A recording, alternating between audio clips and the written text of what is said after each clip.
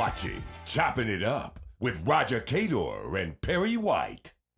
It is Monday morning, and if you hear my voice, you know what time it is. It's Chopping It Up with Coach Cador. He's the man, the myth, the legend, Roger Cador. I am just Perry White, and my man on the board is Garrett Edgerson, and we in here talking about a little food. Y'all hungry? No? I didn't got hungry. We talking about some food off the camera, and I hope everybody had a good weekend. Be sure to hit that subscribe button right there underneath the video. And speaking of food, Coach, I had a good time hanging out with you on Friday at the Southern University Athletic Gala. You were honored along with Nathan Deneau and Pete Richardson as Southern University Athletics at their gala decided to award you guys for your success at the campus. Well, I was happy to see so many people came out to support Southern University Athletics. I thought it was a first-class event, and, things really were nice. Yeah, it was beautiful the way people were dressed. It was a great event. And did you see any familiar faces or maybe faces you have not seen in quite some time? Now you put me on the spot. I'm sure I did. I did see some people I hadn't seen in a while, and recognize some of them. Mm-hmm. Some you couldn't, but that's what happened with events of that sort. You do get to run into some people that you hadn't seen in quite a while. In another week or so, I'll be back in New Roads at the reunion. There, for sure, I'm going to see some people I hadn't seen in a long time. Yeah, man, that's a good thing, and it was good to be there with you, man. Thank you for inviting me. People were walking up to me and said, how the hell did you get up here at this table with the greats? I said, man, it's all about who you know and who knows you, man. And so, Coach Cador, I appreciate it for the opportunity to be there with you, man. It was great to see all the love that was given to you and just to know that you did something in life that people will forever remember you by. Yeah, and this is why I try to tell people all the time. On that road off into life, you do the very best you can to try and help people and better people's life and situation. And if you do it the right way and not think about yourself, usually some good things will happen to you. And I can tell you, honestly, all of the work I did, the hard work, I wasn't thinking about myself or what legacy. I was only thinking about the time and the moment and the people I was working with, and it's the young people. And it's a proven formula. We proved that if you do it the right way, a lot of success will come out of it. And the testimony is all of the people we produce who have done so well in life and are doing well in the profession that they're in. So I'm just happy about that. Did they put you on the spot when they called your name up there and then you had to go give a speech in front of this big old building of people it was as far as the eye could see is tables, and they called you up, and I know I kind of looked at you, was like, oh, they calling me? I'm like, Coach, they calling you. You get up there. Did you know you were going to have to give a speech, or was that on the spot?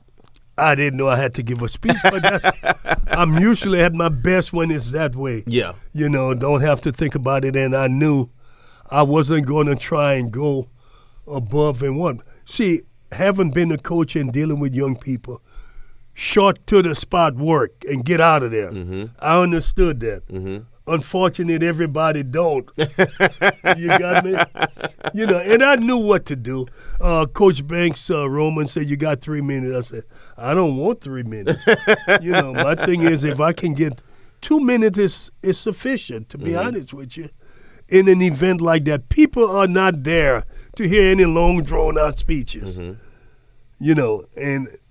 And I try not to even focus on me. I talked about the university and the fans and the Jaguar Nation. That's really what I didn't focus on me about all of that. It speaks for itself. Yeah, I think it does, and you did very well in your speech in order to pay homage to the university. You're real humble when it comes to awards, because I'm sure you have a plethora of awards. At home, do you have an award shelf? Where do you keep all these awards, or do you just put them somewhere? Some awards, that is not I have a very small area. Uh-huh. And some awards I keep. A lot of awards are not up. A lot of my awards that I have are at Southern in the baseball arena, that they have them upstairs in the attic, I think. And I have some award at home, but I only have 2 pictures up at my house that are of me. Mm-hmm. And one I had to because it's a $10,000 oil painting someone did, so I had to put that up. And the other one is a portrait, another painting someone did of me going into the Louisiana Hall of Fame. So those are the only 2. And I have some really nice pictures, but I'm into the arts and stuff of that sort. So, but there is a small area where I have the awards that I've gotten. Obviously, that area is not large enough to handle.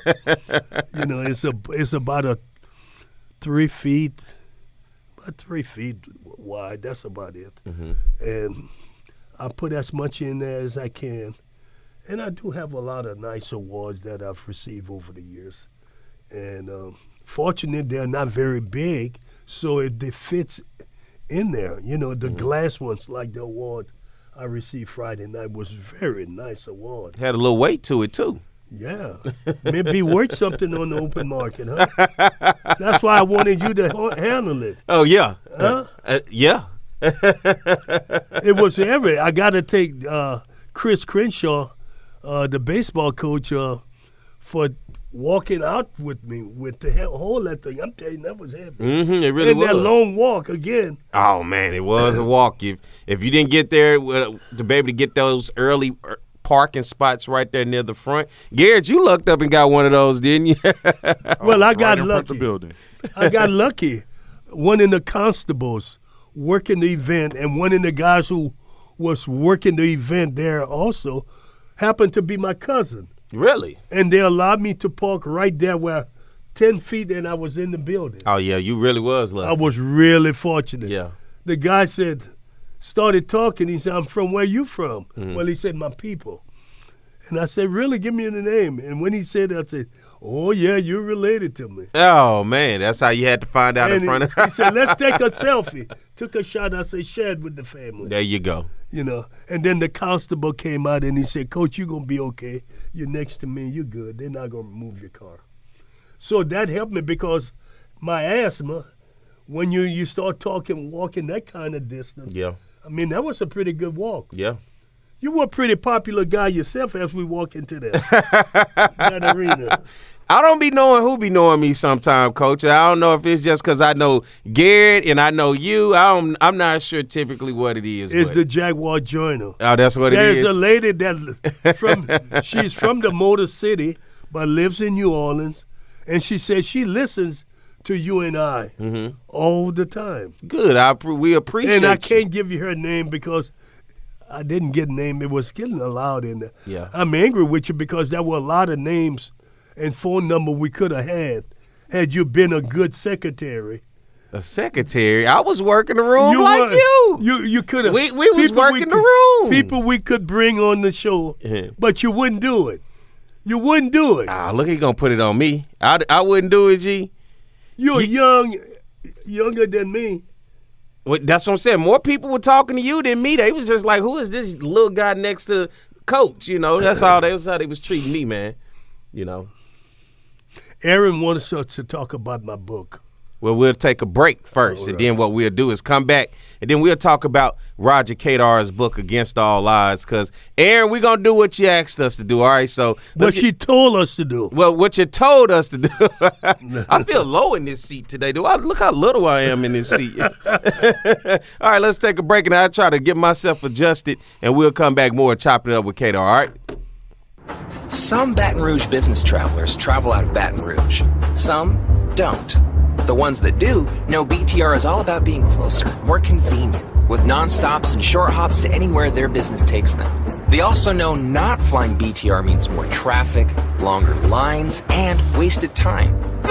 So if it's about going from driveway to runway with a lot less highway, isn't it about time you flew BTR? Baton Rouge Metro Airport. It's about time. Smart Baton Rouge business travelers travel out of Baton Rouge because BTR is so close and convenient, they're always one step ahead, rather than dead on their feet. So, isn't it about time you flew BTR? Baton Rouge Metro Airport. Getting a letter from the IRS that you owe back taxes can be scary, but it doesn't have to be. Call Go Tax Resolution in Lafayette at 337-420-1040 today. We'll help stop garnishments, levies, and seizures immediately. With over 35 years of dealing directly with the IRS, our team of local professionals will help you pay the least amount possible. So if you owe back taxes to the IRS, you need help. Call the tax professionals at Go Tax Resolution in Lafayette at 337-420-1040. Your go-to tax relief. Looking to get some keys made, locks rekeyed, or a wide variety of new and used safe? Then look no further than the trusted choice of Alfred Safe and Lock. Conveniently located off of Government Street in Mid-City, Baton Rouge. Trust the expert locksmith at Alfred for all of your residential, commercial, and industrial lock and safe needs. Trusted by Baton Rouge and me, Roger Cador, to protect what is yours since 1946. Take your fun full throttle with a single touch. There are places to fly high, swing low, or make the old bell ring. Your targets are in sight. Better your game by playing ball of almost every variety. Need to catch your breath? There's a place. Have a passion? We've got the place. Gear up for where the rubber meets the mud. Or stir up memories of a lifetime. Reach new heights. Gravitate towards something out of this world. Even travel back in time. You might like a little drama in your life. Or get in touch with your inner nature lover. Release some pent-up energy while you're at it. There's plenty to do beyond the swing sets. Brack, we're more than a playground. Hey, Coach Roger Cador here. There's something about teamwork that brings the best out in any business. When I need a tow, I call Roadrunner Towing. Roadrunner's 4 generations strong and homegrown right here in Baton Rouge. Thanks, Coach. There's no job too large or too small. Call Roadrunner for quick, reliable, exceptional service. We don't want an arm and a leg. We just want your toes. And remember, take time each day to be a blessing to someone. Thank you.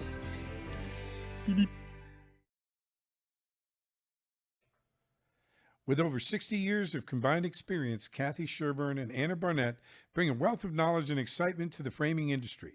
Keeping strong to the Louisiana culture, Acadian Frame and Art has numerous local artists and sports team memorabilia for their customers to choose from.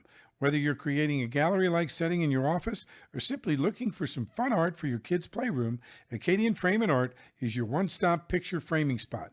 Call 225-927-6129 or go to www.acadianframe.com.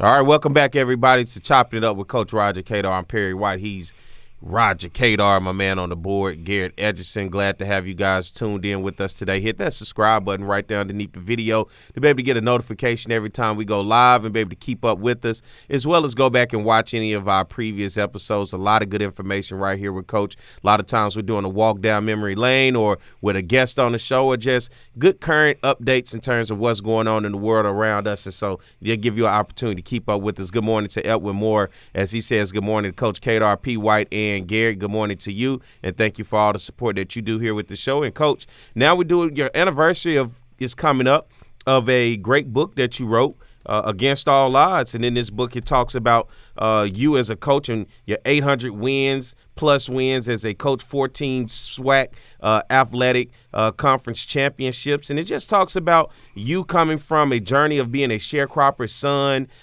getting to Southern, and having to deal with a lot when you talk about poverty, racism, but finding a way to get through all of those things, in which sometimes, people like to judge a book by its cover. People sometimes will judge where you come from. And oftentimes, if they looked at where you come from or judge a book by its cover, they'll sometimes sell you short without even first getting a chance to even let you open your mouth and say who you are and what have you done and the things that you can do. And that's what this book, I think, really embodies so much. It's just showing that your journey was a unique one, because had it just been judged by where you come from and the people that was around during that time, you probably wouldn't have made it far. But because you didn't allow the world to judge you by your color, who you are, and where you from, you were able to go off and be successful and have a legacy that will stand forever. You know, one of the things too, thanks, Perry, when I go back and look, all of the negative criticism I got from everybody literally telling me I couldn't do this and wasn't going to do that and was laughed at and talked about, a lot of people give up. They quit because your spirit is broken. But I knew I had a certain uniqueness about myself because the more they were negative, the more motivated I became. That was my driving force, the negative spirit that people was throwing at me, and how it hurt my mother when people would say, that boy's crazy. And I would smile and say, I'm not crazy, Mom, You know, because when you want to be different and you want to sort of break the yoke, it's not easy. Because people have a tendency to hold you. So I'm not letting you go. You got to stay here with us. And so I was able to do that. That's why going back to speak to the graduating classes at Rosenwald next week, it's big for me. Because some of the people who there are still alive who remember my struggles, and there were some of the people who laughed at me, but you know what? I'm not doing that because they did. I want to let them know that all of that was a motivating factor for me. And they had a little better opportunity than I did. They were able to go to school when I wasn't. So how you expect someone to be where you are when they hadn't had the opportunity? And I knew it. That's why I had to work harder. And I dedicated my life to staying on that road, being one-track minded. I wasn't thinking about girlfriends, partying, none of that stuff. I didn't have time to. It was all about catching up. And I was just thinking the other day, I played 2 sports at Southern. And the thing about it is that I never missed one day of class when I was on campus. Whenever we were going to go on a road trip, I made it a point that I told all of my teachers that, hey, I'm not going to be here. We're on a road trip. They appreciated that. Little things I found out in life mean so much more to people. Just like I told you this morning about the tickets, that I personally delivered tickets to people when they bought them. A lot of people don't do it. So it's just been an MO part of my life. And the journey that I came from was one that's is one that's interesting. Is the best way to put it. You talk about what did the Against All Odds, how did you come up with that you thought that best personified who you are in this book? Everything was against me. I mean, just think about it, Perry. You can't read, you can't write, you can't speak right. You literally don't even walk right. I mean, you tell me if you're not against all odds. And if you think you have to go to college and compete against the people in the classroom and then on the athletic field when you never had the proper coaching. And I mean, just so much was against me. So that's when we were writing the book, Dave Mormon and I, it kept a couple of things came up and I kept saying the more I wrote the story down, this is against all odds here. I got to give credit to Alice Parks, the lady who made this happen, because I was never going to write never was going to do this book. And she was the one that told me I had to do the book. Now, that's pretty powerful. She said, and she did in such a, oh, yeah, Coach, you're going to write this book. You have a story to tell, and that story is going to help somebody. So she said, you're going to write the book, and I'm going to help you write it. And when she meant by that, once we got the story written, we put it in her hand, and she did the rest. I saw that you dedicated this book to your wife, and I can only assume that you know, with the success that it took someone to keep you grounded all those years? Yeah, well, you know, she was the finishing touch on me, you know, because again, when I got married, my wife, even though didn't go to college, but she was a smart, brilliant woman, came out of a very brilliant family. So they were very smart. And she told me, hey, you know, you're going to need to learn how to speak better. You're going to need to learn how to dress better. She even told me about trick when you're brushing your teeth, how you should brush your tongue, because she said there could be an odor on their bacteria. You can, I mean, all little things that a lot of time people don't appreciate. I appreciate it because it helped made me better. And I remember the nights, or when after I gave a speech, we riding back and she told me about the good, the bad, and the ugly. That's the way you get better. Wives are good at that. If you've got a wife who won't tell you you stink, you need to go take a shower, then, you know. But my point is I'm being extreme when I say that. But you need someone who care about you, who can tell you what you need to do to get better, and she did that for me. Go ahead. And so I got better. I remember one of the first speeches I gave, I could only think about Jesus when he said the night before he died and he was sweating profusely. I did that. At the first speech, I had to get up there. I was sweating profusely, like nobody's ever seen.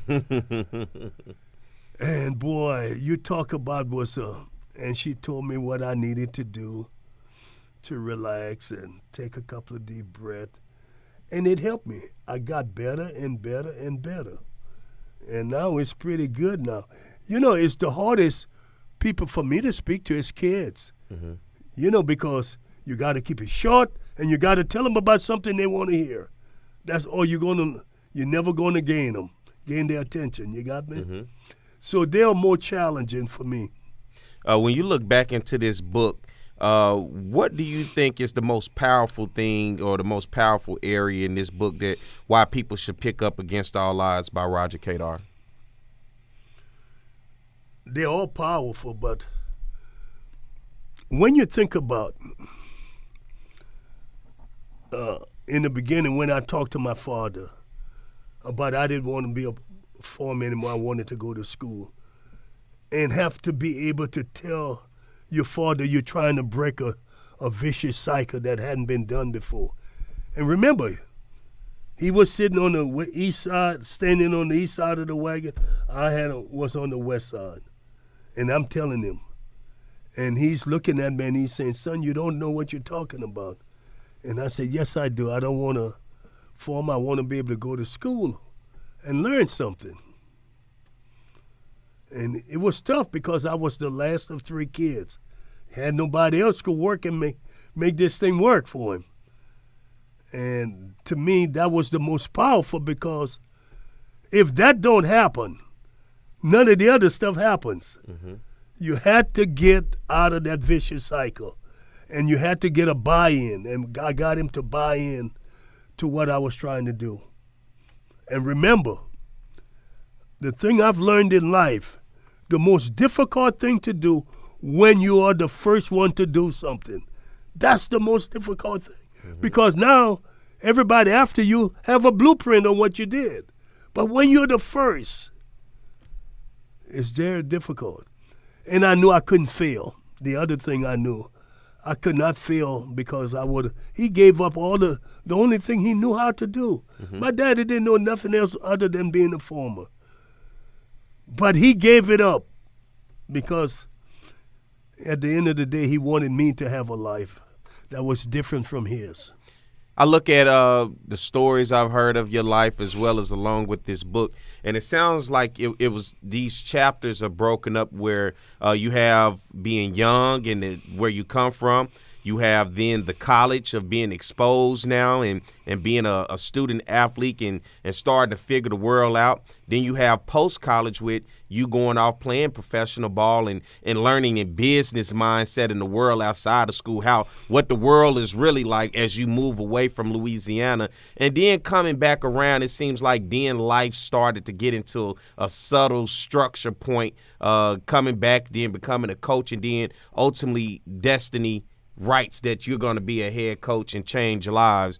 But for you, when you look through each one of those stages, which one of those stages seemed to be the most memorable or the most influential throughout that journey? Well, you're correct. That's the way we wrote the book. We wrote it in stages, because you have to have a beginning and then continue and then the middle and then so on and so on. Mm-hmm. So we did it in those stages. All of them are so wonderful. After I got off the initial, the writer and I both cried when we first started. Because of the emotional impact. I think he knew. I picked him to be the writer because he was a sport writer, and I had done many interviews with him, and I knew he could capture what I was trying to say. In essence, what I was trying to say, because everything I didn't say, he was able to put it in. Mm-hmm. I want to remember that so I can go back in case I don't mention it. So we were able to capture a lot of stuff that that he would call back and say, can we elaborate a little more on this? Tell me where you were trying to go with this. And that's the way we did it. And so they all was very telling from the beginning to the middle to the end, because all of the stories were impactful. They had impact on someone's life, you know what I'm saying? Mm-hmm. And so it all worked out quite well. The one, the ghost, that was a ghost reader. You have to tell the whole story to make a. So the ghost reader who originally started reading called Alice Parks and said, I don't want to take your money. This is trash here. This is book. It's nothing. It's poorly written. And I said, Alice, don't listen to that. That book is written pretty good. Mm-hmm. She said, well, Coach, I got to find another ghost reader. And she found a young lady out of the blue who was a student at Jim Mason College. Mm-hmm. George Mason. George Mason? Okay. Mm-hmm. She said, I'll do the ghost reading. And Alice called me. I said, fine, let her do it. She said, this book is well written. She said, but I'm going to do a couple of things to it. It's going to put the icing on the cake. Oh, my goodness, did she do it. I made a special trip to Washington, D.C. to take Dr. Parks and this young lady out to eat because she did such a great job on finishing up what was missing. Mm-hmm. Because we need a closer. You see, it's just like baseball where you got to have a closer. And she was that closer, a college student. So don't tell me about, what may be somebody's trash may be gold to someone else. That's what she saw. And so that's how this book got really, the closing part was a college student who did it. Never met the young lady until I took him out to dinner. What you put in this book out, what has been what you've heard from people as they begin to check out and really get to understand your life? Because as a coach, you see the success or you read a coach by what they do by their profession. But then you get something like this and it really opens up, just like here with this show, where I learn more and more about you and your journey. So what was the perception of people as they realized your journey and said, okay, I see why it's against all odds? Well, they were happy to know that, they knew that I probably came from a struggling situation. Most people could figure that out, you know what I'm saying? And I'm okay with that. I don't try to hide who I am. that's what makes me unique is that I'm genuine. I want people to know I came from a difficult situation because everybody's not going to come from a really great situation. So you have to overcome some stuff, So, they're happy that I share my story with them, and they're just pleased to see that I'm okay with life, and I've taken it for what it's given me, the challenges and the good. Which is why I think you became a real successful coach. Almost at 1,000 wins, plenty of championships, plenty of Hall of Fames, plenty of awards, just all type of stuff, honors. And just recently, just Friday, another honor at the Southern University Athletic Gala. So the list goes on, and I think saying against all odds, it was able to signify your success in life, and that should be a success story to anybody that say no matter what it is, you have to want it for yourself. Nobody else could want it as much as you, and I think you wanted it for yourself the way that you said you made yourself one track to focus that in order for me to be able to have this success and go to places that I want to go, I have to put myself in situations that's going to ultimately be a sacrifice to be successful. And a lot of people, to me, are scared to sacrifice because it's an unknown. It has failures to it.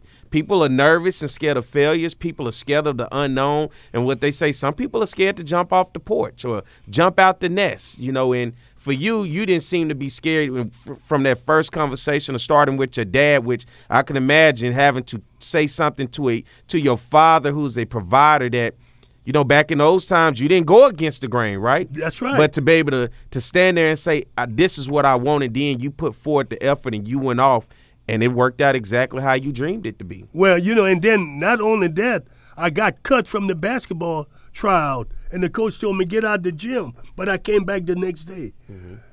Again, authority. I went against authority. But it wasn't the kind of disrespect where I said things to him. It was just that I didn't know any better. I wanted to be successful, and I went back.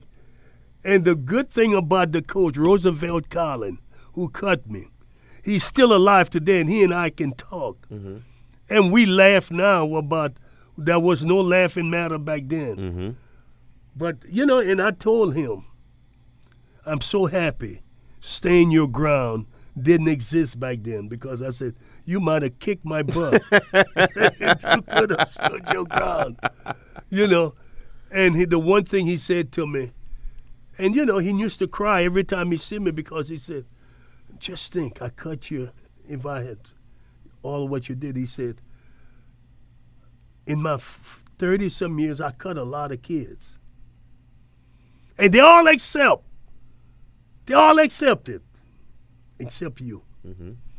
So you're the only one didn't accept the fact that I cut you. That's persistent. And you wasn't going to take no for an answer. You close this door, I'm going to come kick it open is what you did. And I won't say what Bum Filler said when he was coaching the Houston Oilers with Earl Campbell, love you blue. You're too young. Yeah, what'd he say? This year we knocked on it, the door, bam, bam. Next year we going to kick, I can't say it on. Going to kick it in. Bum Filler said that on TV. Well, that's you, Coach. You kicking the door in, man, and you kicked it in throughout life. And now you finally gotten through there and you're still kicking it in because it hadn't stopped for you. That's probably going to have to be a part two because now life after coaching, you're still influential. You're still doing what you can. You could easily just be out fishing trips and vacationing all over the world and doing things, but you're still inserting yourself back into the community, back into the sport, and using whatever network and opportunities that you have for the next generation. And I think that's what's great about you still not stopping what you want in terms of success. Success is still running through you and you're still pushing forward. Well, I've been fortunate to be able to be a consultant with MLB, Major League Baseball, and helping young kids. It's all in a different realm now. They bring me in for special events. I only do special events with them, so it's really a wonderful situation.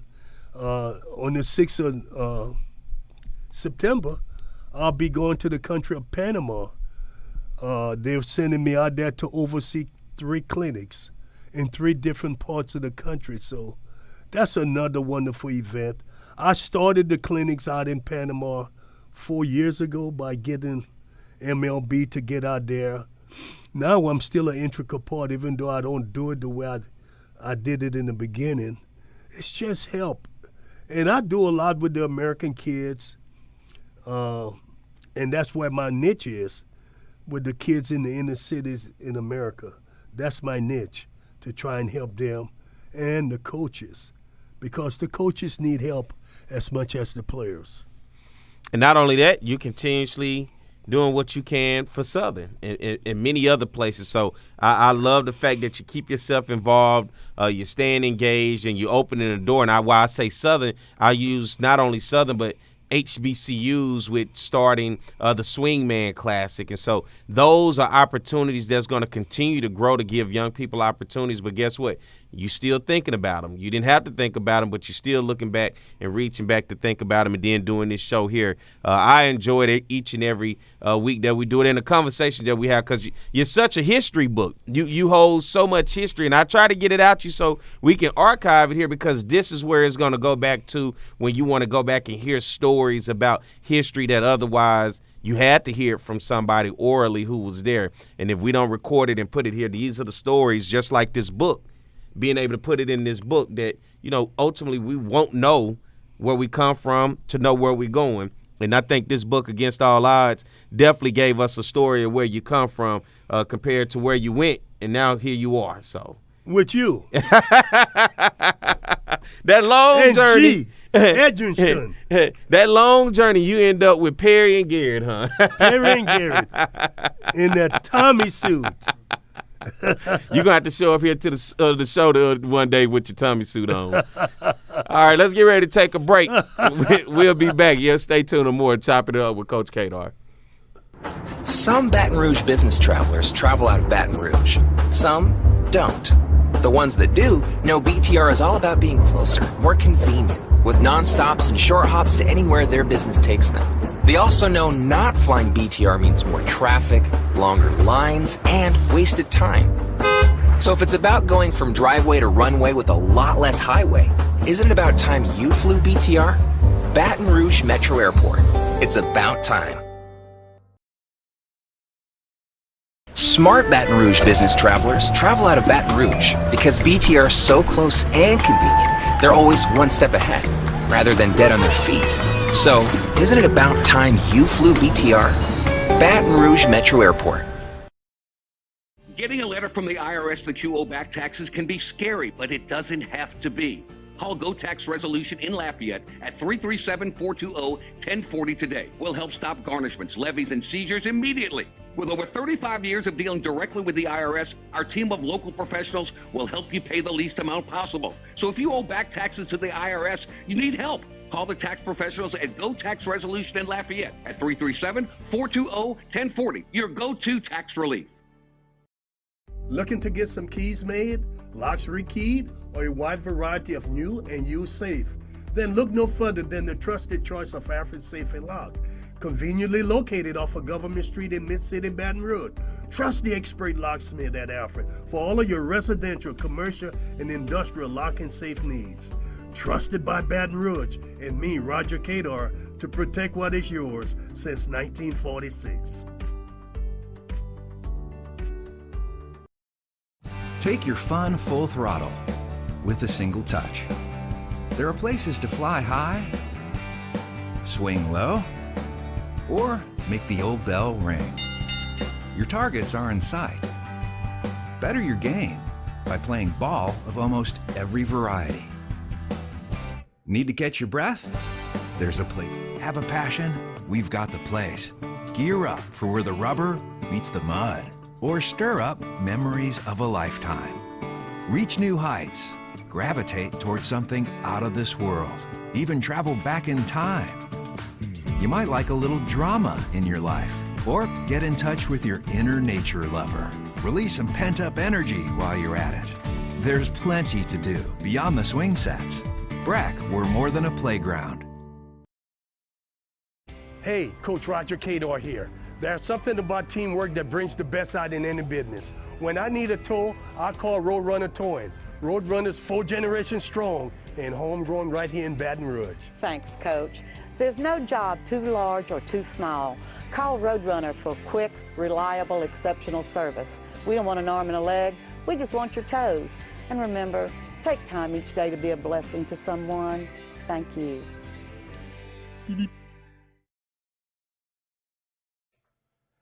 With over 60 years of combined experience, Kathy Sherburne and Anna Barnett bring a wealth of knowledge and excitement to the framing industry.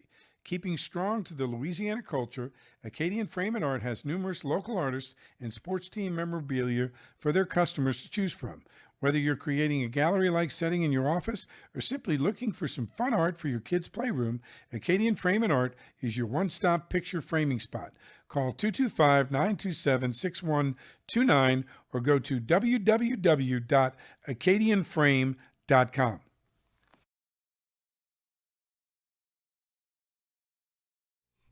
Back here this morning, we're chopping it up with Coach Roger Cador. He's Roger Cador. I'm Perry White. My man on the board is Garrett Edgerton. Good morning to everybody that's paying attention and watching. Good morning if you come back and check us out later. So it could be good morning, good afternoon, or good night, whichever one. Never know what time somebody goes back and watch this show, but definitely want to thank you for tuning in. Go down and hit that subscribe button right down underneath the video.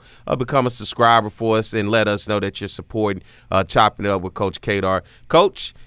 Yes, sir. You know, we were talking last week, Little League World Series. You had some interest in the Little League World Series, one, because a team from Cuba was going to be representing their country for the first time in a long time, and as well as, some close proximity for you because you've been doing some work and you have a clinic coming up. Panama made it. And so we go back and look at last Wednesday, the Little League World Series that started off, and it's great to see those little people, and I call them little people, but those young men, those young guys, and young ladies as well, to get an opportunity to be on the big stage, to showcase their talent.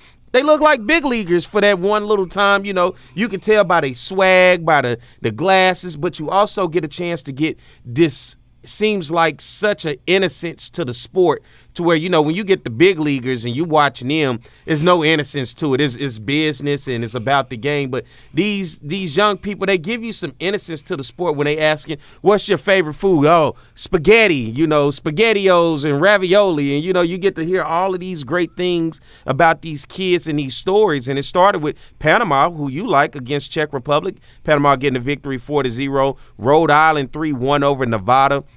Japan, who I think we thought could be one of the favorites of this, taking on Cuba in that game. Cuba, a hard-fought one against Japan, 1-0. And then Texas versus Pennsylvania. Texas getting a victory 2-1. You go over Washington getting a victory, a big one. This game ended in the fourth inning, 10-0 over Maine.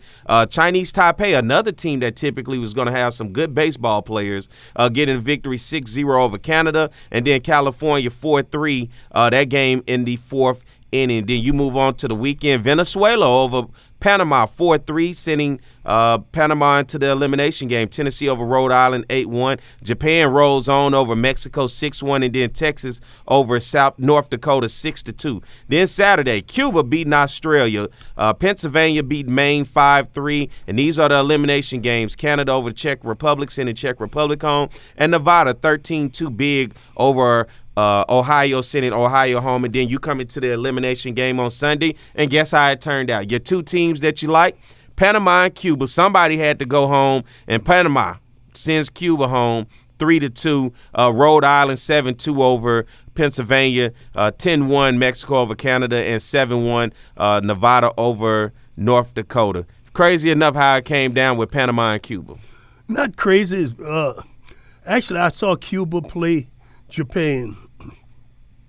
And I tell you what, that was a good one. See, but Panama should never have been in the loser's bracket. The pitcher struck out, the bases loaded. Kid swung at the pitch in the dirt. Catcher blocked it, and he put his hand up rather than throw the ball to first base. Mm-hmm. And the next hitter got a 2-run hit, and that's how Venezuela beat Panama.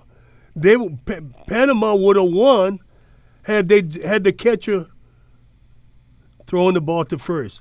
And this is why I say coaches need to be coached because someone didn't coach that kid enough on telling them because the rule changed. In years past, if you swung at it and it's 3 strike, you out no matter what. But now, they're making you, if it's strike 3, you swing and you don't catch it, you got to catch the ball, throw it to first. So that's what happened. And that's one of the things I called one of them people at MLB and said that's one of the topics of discussion when we do the coaches clinic to make sure that the coaches go over and over and over with things that are relatively new. This is 2 years into this rule. So they need to be able to give that rule to the kids. And you have to do it every day until it becomes second nature. You look at overall Little League World Series, some strong baseball from around the world, but what is it that you like most if you were to say there was something that you liked about the Little League World Series and the platform and the stage that it has for these young people? What do I like? It's just, they're in this is a really good educational situation for the kids. They have kids from all over the world playing, and they can change with different culture. And I'm thinking that they maybe bring some gifts from their country and they exchange with the kids from other countries that they play against. You got me? So I just think it's an educational thing. They can grow up and tell their kids what they did when they were a kid. And I think so that goes. And plus the competition has value too. These kids are taught how to show sportsmanship. And I like that part of it. You know what you're going to do one day? You don't know, but I see the vision. When my son PJ get of age, you're going to coach his Little League team, and you're going to win a regional, and you're going to take a Little League World Series. You're going to take a team to the Little League World Series, and you're going to win you a Little League World Series national championship. Whoa. Can you see that, G? Could I wear my Tommy suit if I do it? Yeah, you can wear whatever you want when you're a champion, coach. You're going to coach at the Little League World Series, and you're going to go back and tell the story to all the kids about against all odds, how I got here in order to get you young people to a championship, right? Yes, sir. Maybe. You say so. I'm asked all the time about coaching, so you're not the first one. I'm asked all the time. Yeah. And, when you're 7 years removed, boy, it went quick. Yeah. 7 years, But you still staying fresh with at least you're calling games, so you still get to be close to the game in live action as well. Yeah, yeah. And, I see the game just as good now as I've ever seen it. You know what I'm saying? So I can see things, and I don't like to say that, but I could see things happening before they happen, to be honest with you. Not necessarily with the little kids, but with the college kids. I can see developing situation before they actually happen, and that's just Hell, you've watched thousands of games. You've coached. You won almost 1,000 games. That's not to mention the rest of them, Coach. Come on. Yesterday, I was watching the Yankees play Boston. Yesterday, I watched Yankee play Boston, and Boston had 2 strikes on him. And they were beating him away, and the catcher tried to go inside. I said, a mistake, before he went inside. Went inside, and he hit the ball out the park. There are certain things I could see about to happen before they happen. That's what I'm talking about. And it's just a sense, because I had one of my kids call me about 3 months ago, and he was saying, Coach, I remember he was a pitcher, and he said, I was beating a guy out, and I tried to throw in, and soon I let the ball go, you yell, no! And the guy hits a home run. Well, it's able to see mistakes about to happen. And most people, the pitching zone, very few pitchers can pitch inside because the area is so small you can miss it. Yeah. And that's why you don't see a lot of people throwing inside anymore. You look back, how many SWAC championships did you coach in? Not just one that you coached in. Championship games? In 33 years, I think 25 or 26. It was a lot of them. That's a lot of games, Coach. That's a lot of them. A lot of championships. It should be the Roger Cador Invitational. We had good players. I had good players, man. those kids, they understood. Hey, man, we're coming here to play for a championship. And when you got your players understanding that coaching is easy, because they'll literally fight to win and within the rules, you know. I'm going to ask you this. I don't think I've ever asked you this question, but with the success that you had at Southern throughout your career, like the book says, against all odds with the limited resources and so much that you had to do, pretty much starting from the ground up, do you think you could have took that success anywhere to maybe another SWAC school or anywhere and still been able to try to find a way to have that same level of success, or was it just unique to you that you think it was for Southern? No, I think what I did, the way I did it, it would have worked anywhere. I could have gone to Valley, and we might have not won as much, but we would have won. We would have won, you know. Basically what you're saying, you wouldn't have been no loser no matter where you was at. Well, no, because you teach kids how to win. You put them in position how to win. And in baseball, it's not about the most talent. It's just that you put kids in position when they don't make a bunch of mistakes and they make everybody earn what they're going to get, and you'll find out how more successful you could be. That's basically what it all amounts to, you know, because there were teams like Grambling and Jackson and Texas Southern and Orco where they were better than us at times, but they couldn't beat us because we didn't give them opportunity and we forced them to give us opportunity. That's it. You want more plus and them giving you negative. You force plus on them and they're giving you negative. That's the old mathematical equation there. You want to be in the plus side with everything you do and force them to be in the negative. I mean, they'll beat themselves before, right? Yeah, that's what you. When you're doing math, counting money, you want to be in the plus side. Yeah. Not the negative. You know. The coaches used to call back in the day when you look around the conference just to figure out, hey, coach, what you think about this? Or, hey, coach, how you think I can get things going over here? Toward the end, young coaches calling, I gave them the formula how to win. And I was still coaching. And people ask, why would you tell someone how to beat you? That's a good question. But I knew something that I read in the Bible that made more sense to me than why people asked me that. I said, you said, why have something of value and not share it with others? That's why I did it. Because of that statement there. If you have something of value, you should share it with others. And did they beat me? That's going to be the next question. Did it necessarily equate to success for them against you? Maybe against others, but what about you? It took them once every now and then. Yeah. But it wasn't. Those coaches, after I left and toward the end of my career, they enjoy a lot more success. Yeah. And one of the people I helped was Carlos James at Arkansas Pine Bluff. He was one of the main people who called and asked for help.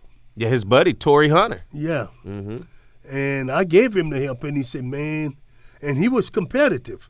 Yeah, Torrey put a lot of money into that program in Pine Bluff to help them finally get an on-campus stadium, get some lights, and you start to see that program because they used to play at a park, a regional park in Pine Bluff that was pretty much a open community ballpark. So finally to get them to invest in the program, that was something that I thought was long overdue for UAPB.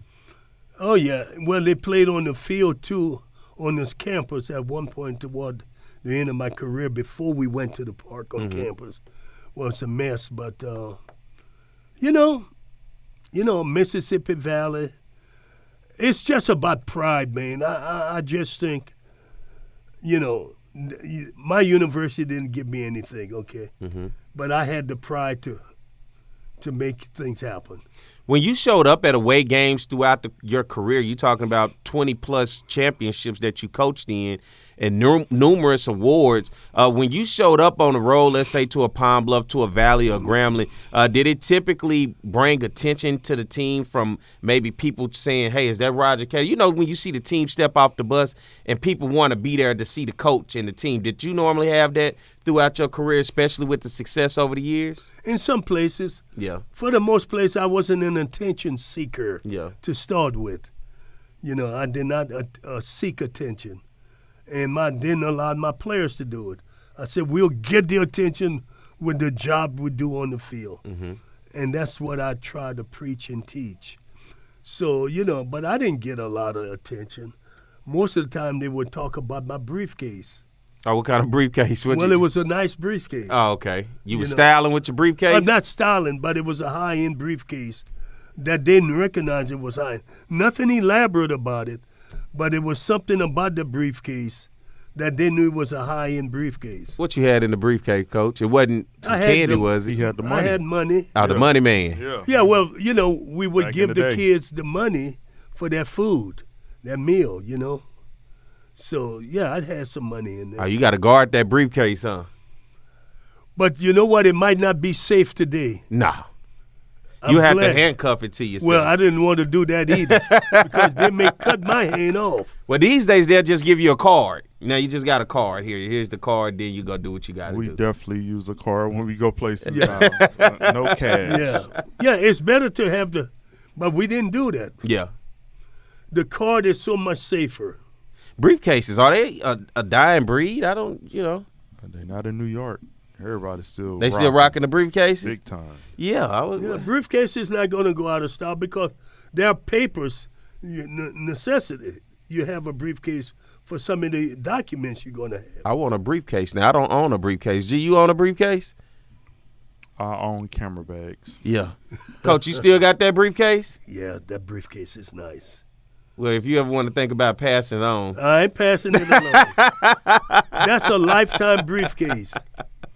It's a lifetime briefcase. I'm not passing it along. Oh, man. Well, it's been a great show today, man. Had an opportunity to talk to Coach about the book, man. If y'all haven't seen it, Against All Odds, make sure you pick it up. Order it. Can they get this? They can go online on the internet and get this book, right, Coach? That's right. So you guys make sure you go on the internet. Look up this book, Roger Cador, Against All Odds. It tells the story of his life, coming out of being a sharecropper's son over there near Rose, where you'll be at here coming up, talking at the Rosenwald School. So be sure to tell the people about that. Can they come and support you? Well, if they want to come, I'm sure they can. When they need to come, Coach? It's whatever that Saturday is before Labor Day. Is that Labor Day? It'll be this upcoming weekend then. It's coming this weekend. Uh-huh. It must be the first or the second. It is the 26th. Is it this weekend, No. the 26th? Hold up. It's September. Oh, so you got September the 2nd is when they're going to do that? Yeah, that's a Saturday? Yep. Yeah, September 2nd. September 2nd, where at? At the Scout Center in New Roads. All right, September the 2nd at the Scott Center in New Roads. And you're going to be doing what? Giving a talk about the Rosenwald School and how influential it was? Well, I'm sure I'll be talking about a little bit of everything, to be honest with you. We'll see what happened. But I want to talk about the history of the school and the experiences and then let it go from there. Yeah. Because there may be a question and answer type of situation. They never did bid you off last Friday, did they? You have to do that. I don't know if they did. You know, Coach was nervous about that for a second. He said, he didn't want to get bidded off to the wrong person, but I realized they didn't bid you off now that I think about it. Well, unless you can't do a silent bid with that. Yeah, because it don't work that way. No. Yeah, I forgot about it. I never did think much about it until right now. You know what? They could have done good. Yeah. They might have garnished a few pennies on that one. You know why I thought about the bid? Because I said I know when he go back, he gonna see some of them things, G, from back in the day that used to like on him, and now they see him doing good, and he up there talking. They like, hey, Roger, Only if I had my walking suit on. Oh, you got that on, boy. You gonna get you some numbers, Coach. You gonna have a couple lunch dates lined up for you, man. So make sure you guys go out and get the book Against All Odds, Coach Roger Cador's story about coming from a son of a sharecropper to the success that he has now. He's in more Hall of Fame. He has to be the most Hall of Fame guy that I know, as well as the awards and many more honors to come and steal for the work that you do. So, Coach, it's been great to do this show with you. Garrett, man, you good over there? It's game week. It's game. Key. We got to battle the bands this week, so it's game week. All right, then. So you know what that means. There's going to be some work being done. Good morning to everybody that is out there watching us. Hit that subscribe button, all right? And be sure to get the subscription. All right, it's free. It don't cost you nothing. So, Coach, he's Roger Cador. I'm Perry White. He's Garrett Edgerson. Coach, send us out.